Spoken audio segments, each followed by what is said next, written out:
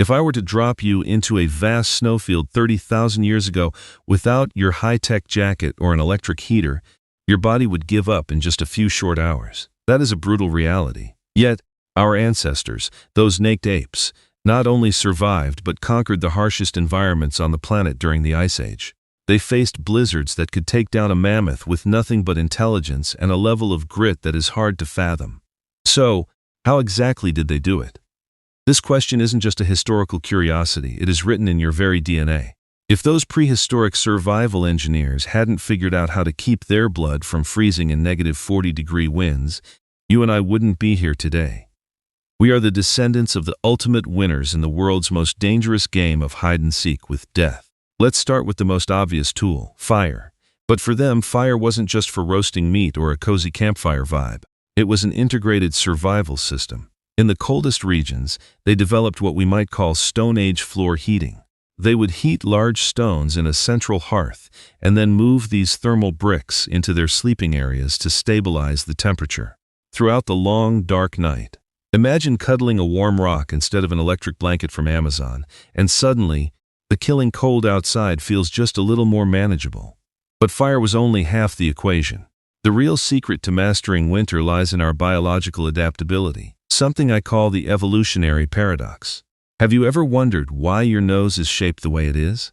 It's a result of thousands of years of fighting the cold. Human noses evolved to be longer to act as a natural pre-processing unit, warming and humidifying the freezing air before it ever hits your delicate lung tissues. Even more mind-blowing, fossil studies in Spain suggest our ancestors may have once possessed the ability to hibernate. They could slow down their metabolism to save every precious calorie when food disappeared.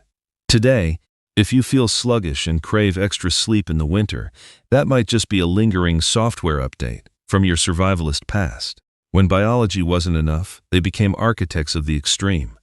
Forget the image of a shivering caveman. These people were master builders.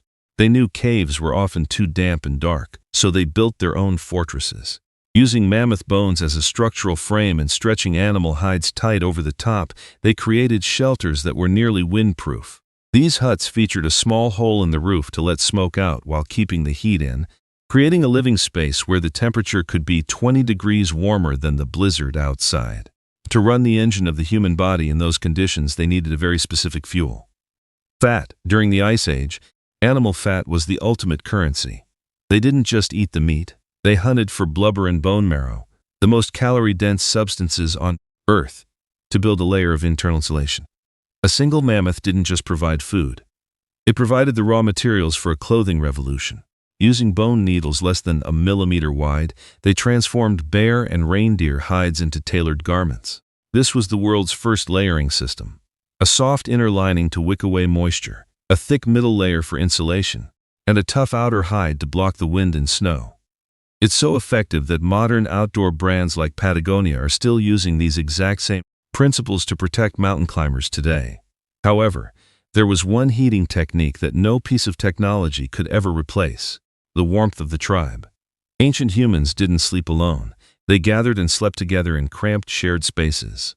This sharing of body heat was a simple yet life-saving strategy that minimized heat loss for every individual. In the darkness of the Ice Age, isolation was a death sentence, while the warmth of the person next to you was life itself. This lifestyle created an unbreakable bond. Those winter months, spent huddling together, weren't dead time. They were for the transmission of knowledge. It was when survival stories were encoded into myths, ensuring the next generation wouldn't repeat the fatal mistakes of the past.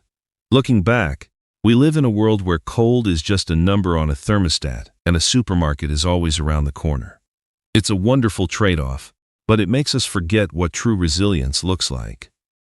The next time you feel a chill from your office air conditioner, remember that you carry the blood of people who slept in houses made of mammoth bones and conquered an entire glacial era with nothing but shared heat and bone needles. We didn't just survive the winter, we used the cold to define the very best of what it means to be human: our creativity, our grit, and our refusal to leave anyone behind in the dark.